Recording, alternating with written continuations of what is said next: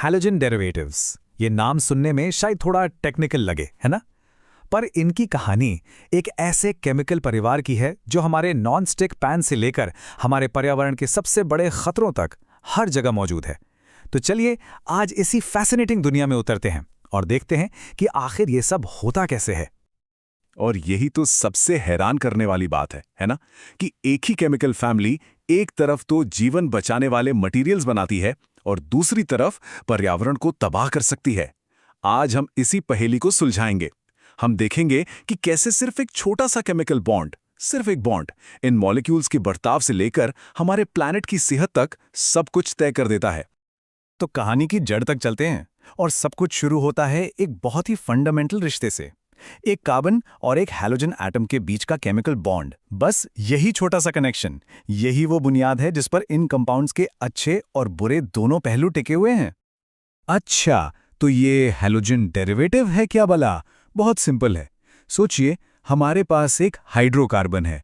अब बस उसमें से एक या ज्यादा हाइड्रोजन को हटाकर उसकी जगह कोई हैलोजन, मतलब फ्लोरीन, क्लोरीन, ब्रोमीन या आयोडीन लगा दीजिए और बूम, बन गया हमारा हैलोजन डेरिवेटिव। बस इतना सही है। अब इस पूरे रिश्ते का जो दिल है वो है CX बॉन्ड, यानी कार्बन और हैलोजन का बॉन्ड। इसको ना ऐसे समझिए जैसे दो लोग एक कंबल ओढ़कर बैठे हैं, पर हैलोजन एटम थोड़ा लालची है। वो कंबल यानी इलेक्ट्रॉन्स को अपनी तरफ ज्यादा खींच लेता है। इस खींचतान में बेचारा कार्बन एटम थोड़ा सा, कह सकते हैं, एक्सपोज्ड हो जाता है। उस पर हल्का सा पॉजिटिव चार्ज आ जाता है और बस यही बात उसे दूसरे केमिकल अटैक्स के लिए एक प्राइम टारगेट बना देती है। और ये चार्ट देखिए, ये कहानी को बिल्कुल साफ कर देता है। जैसे जैसे हम फ्लोरीन से आयोडीन की तरफ जाते हैं, मतलब हैलोजन एटम का साइज बढ़ता है, वैसे वैसे कार्बन के साथ उसका बॉन्ड कमजोर होता जाता है। CF बॉन्ड तो एकदम चट्टान की तरह मजबूत है, इसीलिए तो टेफ्लॉन जैसे कंपाउंड्स इतने स्टेबल होते हैं। वहीं दूसरी तरफ CI बॉन्ड है जो बस टूटने को तैयार बैठा रहता है, और यही कमजोरी या मजबूती इनकी रिएक्टिविटी का पूरा खेल तय करती है। तो अब जब बॉन्ड की कहानी समझ आ गई है, तो चलिए इस फैमिली के अलग अलग मेंबर्स से मिलते हैं। इनको इनके स्ट्रक्चर के हिसाब से ग्रुप्स में बांटा गया है, क्योंकि केमिस्ट्री में एक बात हमेशा याद रखनी चाहिए, स्ट्रक्चर ही डेस्टिनी है। मतलब बनावट ही तय करती है कि आगे क्या होगा। तो सबसे पहले हैं प्राइमरी या 1 डिग्री हैलोएल्केन्स। यहां सीन ये है कि जिस कार्बन पर हैलोजन लगा है वो सिर्फ एक और कार्बन से जुड़ा होता है। एकदम सिंपल, सीधी सादी बनावट। इसके बाद आते हैं सेकेंडरी या 2 डिग्री वाले। जैसा नाम से ही लग रहा है, यहां हैलोजन वाला कार्बन दो दूसरे कार्बन ग्रुप से घिरा होता है। यहां से थोड़ी भीड़भाड़ शुरू हो जाती है। और आखिर में है टर्शरी या 3 डिग्री। यहां तो कार्बन भाई साहब 3-3 कार्बन ग्रुप से घिरे हुए हैं, मतलब काफी क्राउडेड माहौल है। और ये जो भीड़ है ना, इसे याद रखिएगा, आगे चलकर जब हम रिएक्शंस की बात करेंगे तो ये बहुत जरूरी साबित होगी। चलिए अब असली एक्शन पर आते हैं, केमिकल रिएक्शंस।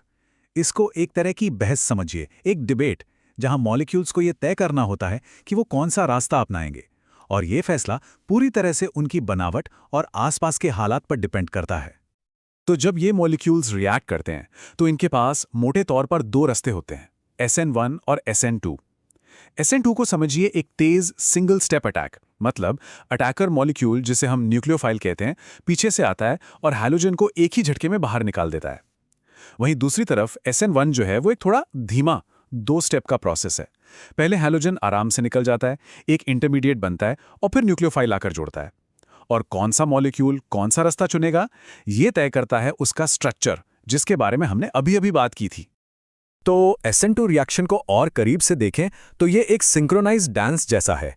न्यूक्लियोफाइल एक तरफ से एंट्री लेता है, ठीक उसी पल जब हैलोजन दूसरी तरफ से बाहर निकल रहा होता है। सब कुछ एक साथ। ये इतना परफेक्ट होता है कि मॉलिक्यूल का पूरा 3D शेप पलट जाता है, बिल्कुल वैसे जैसे तेज हवा में एक छाता अंदर से बाहर की तरफ पलट जाता है। और इसके ठीक उलट है SN1 रिएक्शन। ये थोड़ा ज्यादा पेशेंस वाला काम है। पहला स्टेप, हैलोजन अपना बॉन्ड तोड़कर चला जाता है, जिससे एक पॉजिटिव चार्ज वाला फ्लैट इंटरमीडिएट बनता है, जिसे कार्बोकैटायन कहते हैं। दूसरा स्टेप, अब न्यूक्लियोफाइल आराम से आता है और उस पर अटैक करता है, और क्योंकि वो इंटरमीडिएट फ्लैट है तो अटैक किसी भी साइड से हो सकता है। तो सवाल ये है कि हम पता कैसे लगाएंगे कि कब SN1 होगा और कब SN2? ये टेबल एक तरह की चीट शीट है। मॉलिक्यूल का स्ट्रक्चर कैसा है, प्राइमरी है या टर्शरी, अटैकर कितना मजबूत है, टेम्परेचर क्या है, ये सारी चीजें मिलकर तय करती हैं कि रिएक्शन SN1 के रास्ते जाएगा, SN2 के, या फिर एक बिल्कुल ही अलग रास्ते पर, जिसे एलिमिनेशन कहते हैं। अच्छा, अभी तक हम जिन हैलाइड्स की बात कर रहे थे वो काफ़ी रिएक्टिव थे, SN1, SN2 वाले रास्ते पे चल रहे थे। पर अब मिलिए इनके शांत, स्टेबल और थोड़े जिद्दी कजिन से, हैलोएरीन्स। यहाँ क्या होता है कि हैलोजन सीधा एक एरोमेटिक रिंग से जुड़ा होता है, जैसे कि बेंजीन रिंग। और यही एक बड़ा सवाल खड़ा करता है, क्लोरोबेंजीन जैसे कंपाउंड्स इतने कम रिएक्टिव क्यों होते हैं? वो उन रिएक्शंस को करने से साफ मना क्यों कर देते हैं जो दूसरे हैलोएल्केन्स बड़े आराम से कर लेते हैं? जवाब एक बार फिर उनके स्ट्रक्चर में ही छिपा है। तो इनकी इस जिद के पीछे दो बड़े कारण हैं। पहला है रेजोनेंस। होता यह है कि हैलोजन अपने कुछ इलेक्ट्रॉन्स को बेंजीन रिंग के साथ शेयर कर लेता है। इससे कार्बन हैलोजन बॉन्ड में एक पार्शियल डबल बॉन्ड जैसा कैरेक्टर आ जाता है, जो उसे और छोटा और मजबूत बना देता है, और ऐसे बॉन्ड को तोड़ना बहुत मुश्किल काम है। दूसरा कारण है हाइब्रिडाइजेशन। जिस कार्बन से हैलोजन जुड़ा है वो sp2 हाइब्रिडाइज्ड होता है, जो इलेक्ट्रॉन्स को sp3 वाले कार्बन के मुकाबले कहीं ज्यादा कसकर पकड़ता है। मतलब वो हैलोजन को जाने ही नहीं देना चाहता। तो चलिए अब केमिस्ट्री लैब से बाहर निकलते हैं और असली दुनिया में कदम रखते हैं, क्योंकि इन छोटे छोटे मॉलिक्यूल्स की केमिस्ट्री ने हमारे प्लैनेट पर एक बहुत बड़ी और कई बार एक विनाशकारी छाप छोड़ी है। क्लोरोफ्लोरोकार्बन्स यानी CFCs की कहानी एक बहुत बड़ी चेतावनी है। ये एक हीरो से विलन बनने की कहानी है। 1930s में जब ये बने तो इन्हें एक चमत्कारी केमिकल माना गया, फ्रिज के लिए, स्प्रे कैंस के लिए बिल्कुल सेफ। पर किसे पता था कि दशकों बाद 1970s में साइंटिस्ट्स को पता चलेगा कि यही चमत्कारी केमिकल हमारे एटमॉस्फेयर में ऊपर जाकर हमारी ओजोन लेयर को चुपचाप खत्म कर रहा है।